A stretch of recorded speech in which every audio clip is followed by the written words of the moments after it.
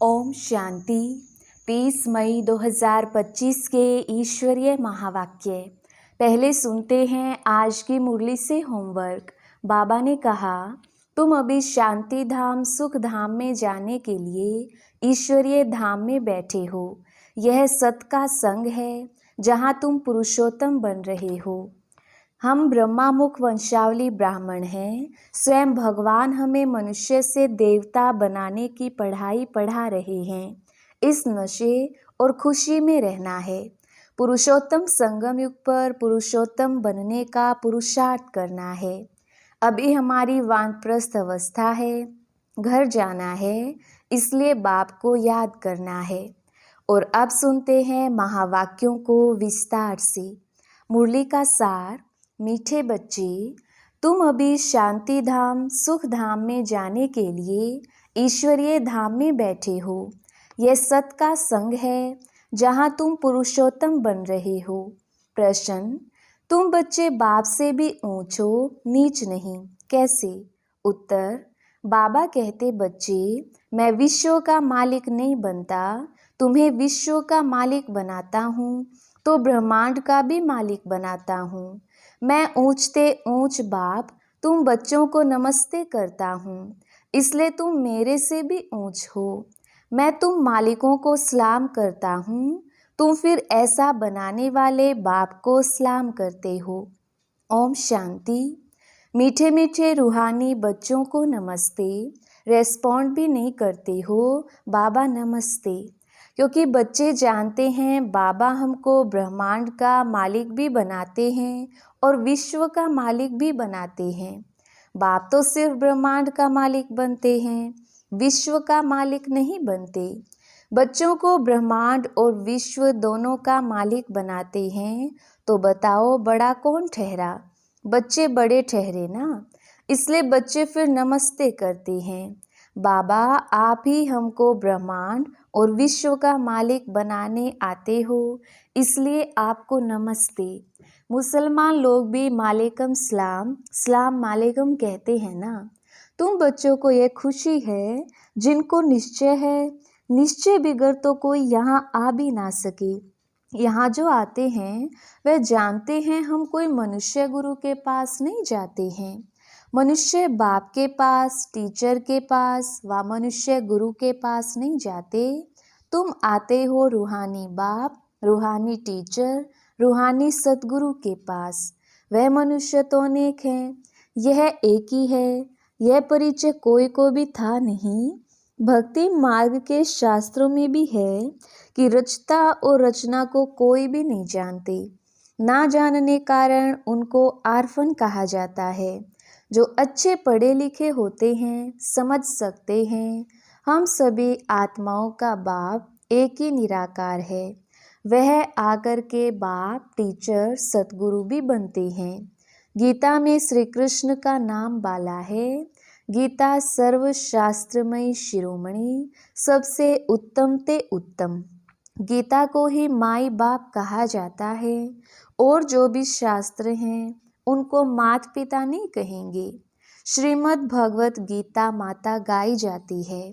भगवान के मुख कमल से निकली हुई गीता का ज्ञान। ऊंच से ऊंच बाप है तो जरूर ऊंचते ऊंच की ही गाई हुई गीता हो गई क्रिएटर। बाकी सब शास्त्र हैं उनके पत्ते क्रिएशन।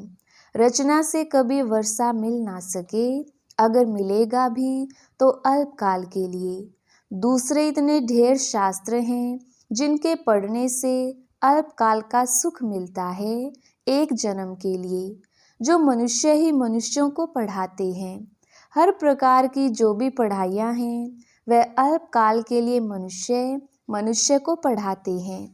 अल्पकाल का सुख मिला, फिर दूसरे जन्म में दूसरी पढ़ाई पढ़नी पड़े। यहाँ तो एक निराकार बाप ही है जो 21 जन्मों के लिए वर्षा देते हैं। कोई मनुष्य तो दे ना सके, वह तो वर्थ नोट ए पेनी बना देते हैं। बाप बनाते हैं पाउंड। अभी बाप बैठ बच्चों को समझाते हैं। तुम सब ईश्वर के बच्चे हो ना। सर्वव्यापी कहने से अर्थ कुछ नहीं समझते।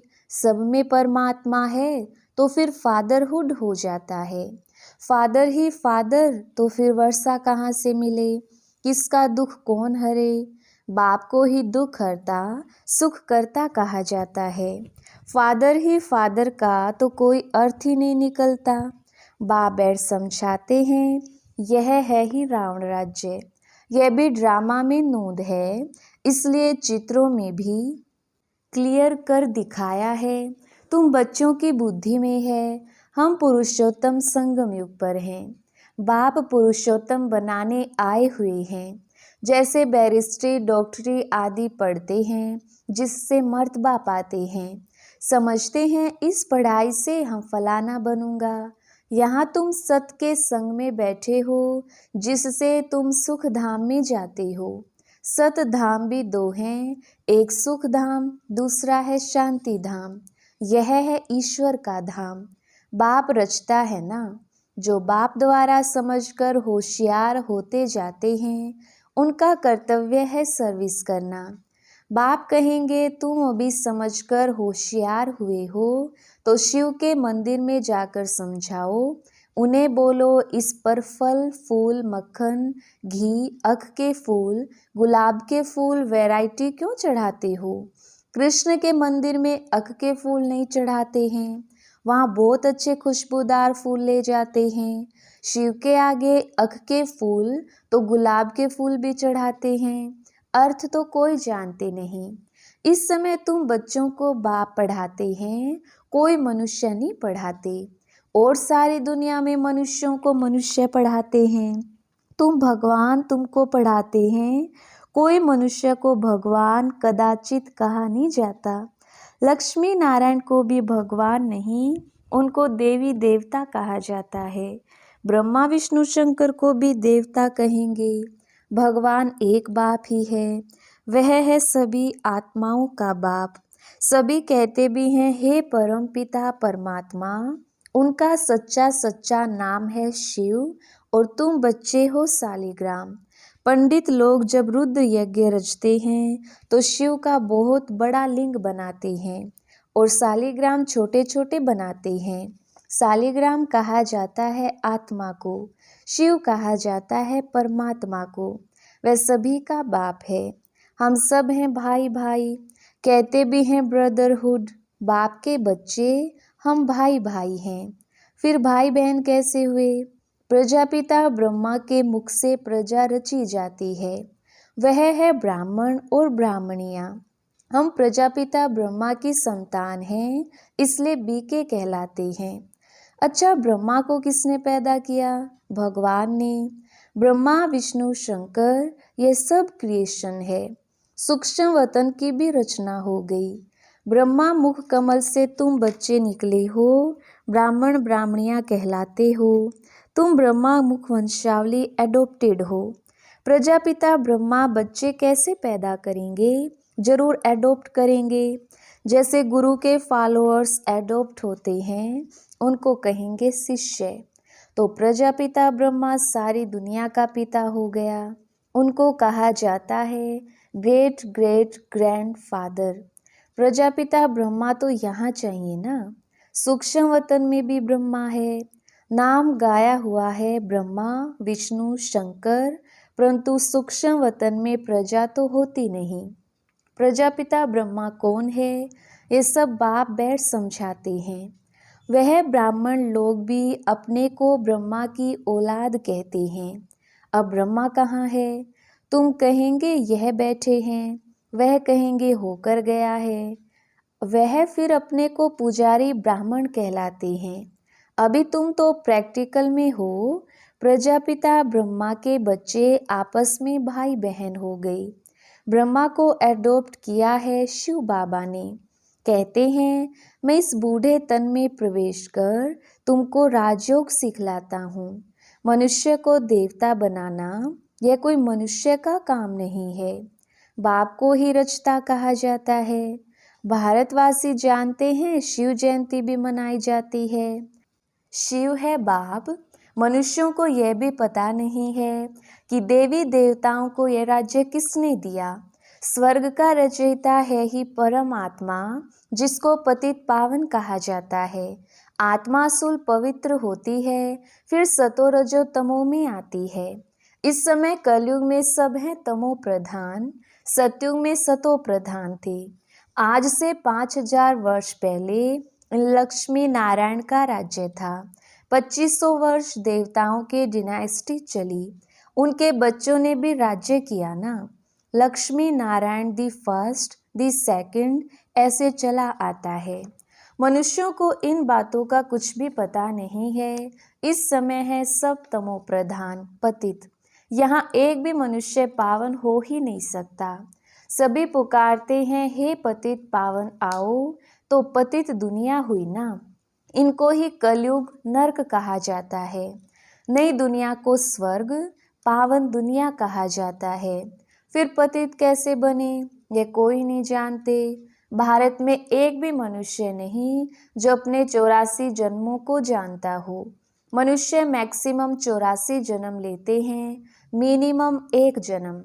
भारत को अविनाशी खंड माना गया है क्योंकि यहाँ ही शिव बाबा का अवतरण होता है। भारत खंड कभी विनाश हो नहीं सकता। बाकी जो अनेक खंड हैं वह सब विनाश हो जाएंगे। इस समय आदि सनातन देवी देवता धर्म प्रायलोप हो गया है। कोई भी अपने को देवता नहीं कहलाते हैं क्योंकि देवताएं सतो प्रधान पावन थे। अभी तो सभी पतित पुजारी बन गए हैं। यह भी बाप बैठ समझाते हैं, भगवानुवाच है ना। भगवान सभी का बाप है। वह एक ही बार भारत में आते हैं। कब आते हैं? पुरुषोत्तम संगम युग पर। इस संगम युग को ही पुरुषोत्तम कहा जाता है। यह संगम युग है कलयुग से सतयुग, पतित से पावन बनने का। कलयुग में रहते हैं पतित मनुष्य, सतयुग में है पावन देवता, इसलिए इनको पुरुषोत्तम संगम युग कहा जाता है। जबकि बाप आकर पतित से पावन बनाते हैं। तुम आए ही हो मनुष्य से देवता, पुरुषोत्तम बनने। मनुष्य तो यह भी नहीं जानते कि हम आत्माएं निर्वाण धाम में रहती हैं। वहाँ से आते हैं पार्ट बजाने। पाइस नाटक की आयु 5000 वर्ष है। हम इस बेहद के नाटक में पार्ट बजाते हैं। इतने सब मनुष्य पार्टधारी हैं। यह ड्रामा का चक्र फिरता रहता है, कभी बंद होने का नहीं है। पहले पहले इस नाटक में सतयुग में पार्ट बजाने आते हैं देवी देवता, फिर त्रेता में क्षत्रिय। इस नाटक को भी जानना चाहिए ना। यह है ही कांटों का जंगल, सब मनुष्य दुखी हैं। कलयुग के बाद फिर सतयुग आता है। कलयुग में ढेर मनुष्य हैं। सतयुग में कितने होंगे? बहुत थोड़े। आदि सनातन सूर्यवंशी देवी देवताएं ही होंगे। यह पुरानी दुनिया अब बदलनी है। मनुष्य सृष्टि फिर देवताओं की सृष्टि होगी। आदि सनातन देवी देवता धर्म था, परंतु अब अपने को देवता कहलाते नहीं, अपने धर्म को ही भूल गए हैं। ये सिर्फ भारतवासी ही हैं जो अपने धर्म को भूल गए हैं। हिंदुस्तान में रहने के कारण हिंदू धर्म कह देते हैं। देवताएं तो पावन थे, यह हैं पतित, इसलिए अपने को देवता कह नहीं सकते। देवताओं की पूजा करते रहते हैं, अपने को पापी नीच कहते। अब बाप समझाते हैं, तुम ही पूज्य थे, फिर तुम ही पुजारी पतित बने हो। हमसो का अर्थ भी समझाया है। वह कह देते आत्मा सो परमात्मा। यह है झूठा अर्थ, झूठी काया, झूठी माया।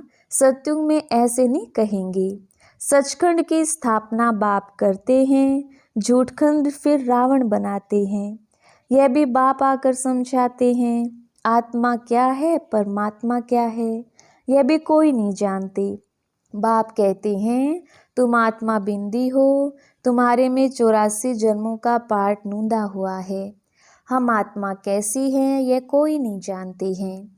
हम बैरिस्टर हैं, फलाना हैं, यह जानते हैं, बाकी आत्मा को एक भी नहीं जानते।